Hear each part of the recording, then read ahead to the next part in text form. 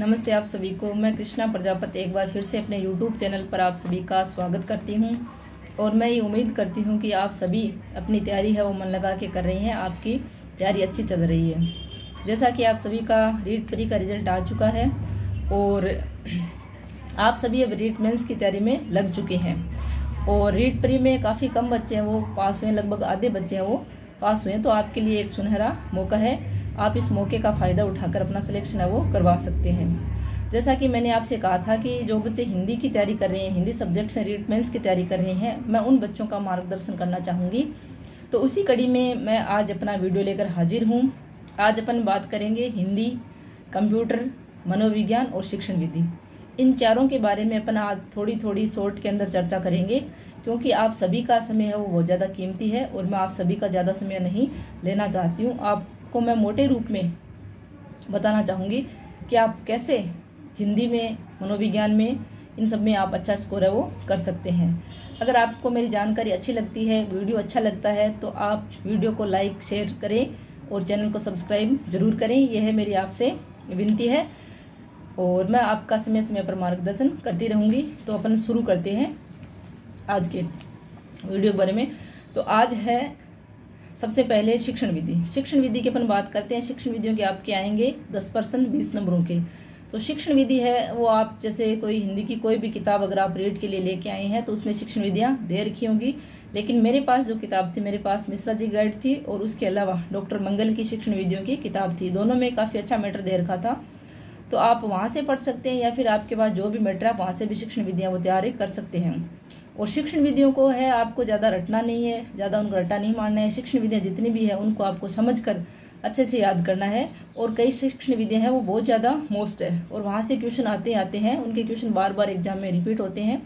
तो आप second grade Hindi और रीट हिंदी के जो भी पेपर हो चुके हैं, आप उन पेपर्स को डाउनलोड करके आप वहाँ से थोड़ा विश्लेषण करके अपनी शिक्षण विधियाँ हैं इन पे आप अच्छी पकड़ बना सकते हैं और आप यहाँ से 20 अंक वो हासिल कर सकते हैं। क्योंकि शिक्षण विधियों का परिभाषा के अलावा मेरे हिसाब से कोई क्वेश्चन है वो गलत नहीं होता है और परिभाषाओं के पीछे ज़्यादा नहीं दौड़ना है। जो परिभाषाएं पीछे एग्जाम में आ चुकी है आपको उन्हीं को बार बार पढ़ना है। बाकी ऐसे नहीं कि सारी आप परिभाषाएं याद करने लगे, क्योंकि परिभाषाएं हैं वो कहीं से भी आ सकती है, कोई फिक्स नहीं है। उसके बाद अपन बात करते हैं कंप्यूटर की। कंप्यूटर के आपके 5% आएंगे और कंप्यूटर है वो बहुत लंबा चौड़ा सब्जेक्ट है। तो आप ऐसा नहीं कि कोई भी बुकलेट है या फिर कोई भी आप छोटी मोटी गाइड पढ़ के आप कंप्यूटर में 5 में से 5% सही कर सकते हैं। इसका कोई भी पैटर्न फिक्स नहीं है, कहीं से भी कोई भी क्वेश्चन उठा के आपको कंप्यूटर संबंधी पूछ सकता है।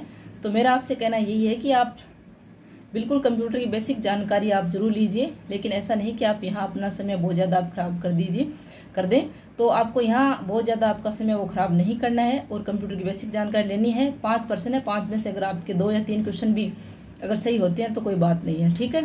फिर अपन बात करते हैं मनोविज्ञान की। तो मनोविज्ञान के आपके आएंगे 10% 20 नंबरों के।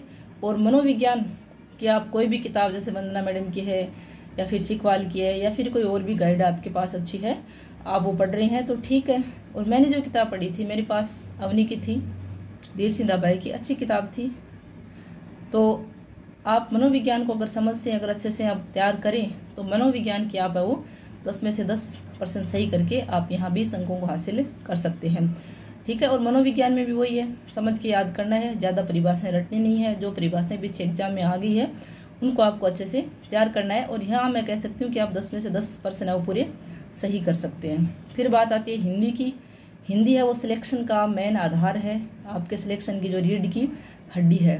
और इसके अंदर आपकी अगर ग्रामर जितनी ज़्यादा अच्छी है, हिंदी के अंदर आपका स्कोर भी उतना अच्छा होगा। और ग्रामर के लिए आपको बार बार ऑब्जेक्टिव है वो करने पड़ेंगे और तब जाके आपकी जो अशुद्धियाँ हैं वो दूर होगी। तो हिंदी 60% 120 अंकों के आपके आएंगे और सिलेबस आप सभी के पास हो गई।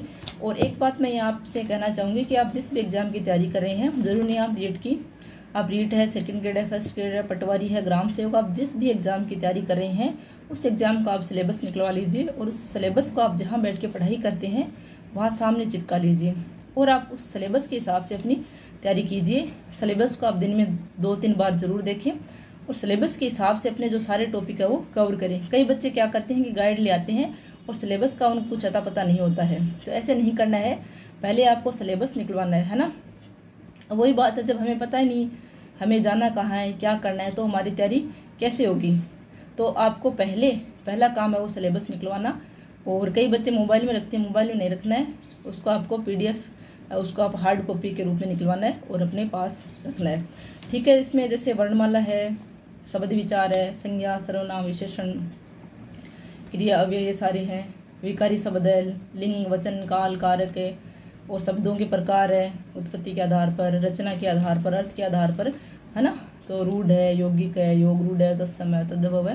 ये बहुत लंबा टॉपिक है और यहाँ से काफ़ी अच्छे क्वेश्चन भी पूछे जाते हैं। फिर असंधि है, समास है, उपसर्ग है, प्रत्यय है, यहाँ से भी आपके प्रश्न आएंगे। और शब्द शुद्धि है, वाक्य शुद्धि है, वाक्य विचार, वाक्य के अंग, वाक्य के प्रकार, वाक्य रूपांतरण, विराम चिन्ह, मुहावरे, लोकोक्तियाँ, शब्द शक्ति, गद्यांश, पद्यांश, पारिभाषिक शब्दावली, ये सारा आपका सिलेबस है जो आपको बता भी है ना। तो मैंने इसका थोड़ा सा विश्लेषण किया था, थोड़ा सा मैंने इसको देखा था, तो मैंने देखा कि लगभग जो टॉपिक है वहाँ से आपके एक क्वेश्चन आए हैं, हर टॉपिक से एक क्वेश्चन आए हैं, है ना। तो लेकिन कुछ टॉपिक ऐसे हैं जहाँ से आपके 5-5, 6 क्वेश्चन आए हैं और वो बहुत ज़्यादा सिलेक्शन में अपना रोल निभाते हैं। तो उन टॉपिक्स को आपको अच्छे से तैयार करना है। देखो मैंने देखे हैं कि जैसे वाक्यांश के लिए यहाँ से 2 प्रश्न आए हैं। फिर इसमें देखो मुहावरे के अंदर से 4 प्रश्न आए हैं, ठीक है ना। मुहावरे के 4 प्रश्न आए हैं और उसके अलावा लोकोक्ति का एक क्वेश्चन आया है, तो 4 और 1 5 हो गए। लोकोक्ति मुहावरों के आपके 5 प्रश्न आए हैं और 5 प्रश्न मतलब 10 नंबर। तो ये टॉपिक आपको अच्छे से याद करना है। कई बच्चे हैं मुहावरे लोकोक्ति उनको देखते नहीं है, याद ही नहीं करते हैं, तो उनको छोड़ना नहीं है, अच्छे से याद करना है। फिर आपके है वाक्य शुद्धि वाले के अंदर से भी आपके 5 प्रश्न आए हैं। 5 प्रश्न मतलब 10 नंबर, है ना। तो वाक्य शुद्धि और शब्द शुद्धि ये दोनों टॉपिक आपके सिलेक्शन का मेन आधार है। इनको आपको छोड़ना चाहिए। आप कोई भी एग्जाम दे रहे हैं, first grade, second grade, REET, यहाँ से क्वेश्चन आते हैं और अच्छे क्वेश्चन आते हैं। तो ये जो वाक्य शुद्धि वाला है ये आपको अच्छे से याद करना है। और फिर उसके अलावा है वाक्य शुद्धि है और शब्द शुद्धि भी है। शब्द शुद्धि के भी 2-3 प्रश्न आए हैं, तो शब्द शुद्धि वाला टॉपिक भी आपको अच्छे से तैयार करना है। उसके बाद में शब्द विचार से आपके लगभग 7-8 क्वेश्चन आए हैं, 7-8 क्वेश्चन। अगर 7 क्वेश्चन है तो मतलब 14 नंबर के।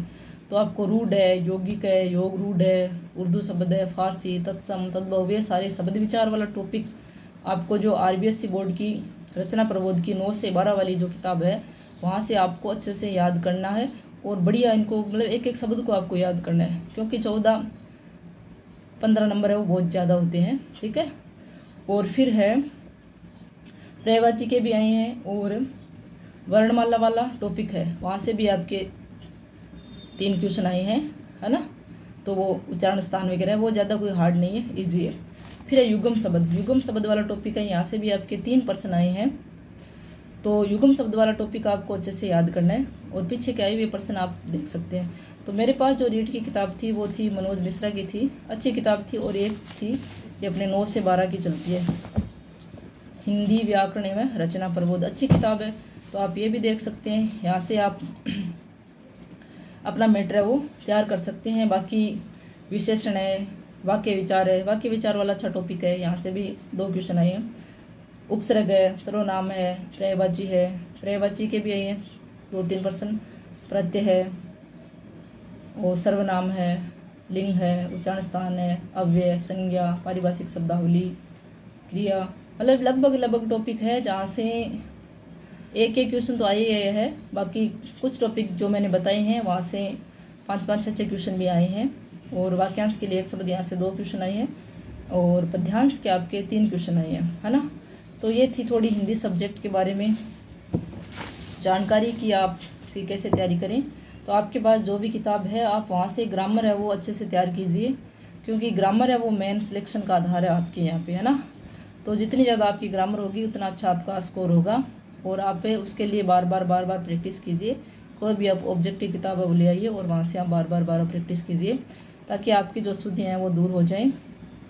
और अगर जानकारी अच्छी लगी है तो आप वीडियो को लाइक ज़रूर करें, ठीक है। और अगर आपका कोई भी और भी कोई सवाल हो, कुछ और हो, तो आप मेरे को वीडियो के नीचे कमेंट में कमेंट कर दीजिए, मैं देख लूँगी, देख के वहाँ से जवाब देने की कोशिश करूँगी, ठीक है।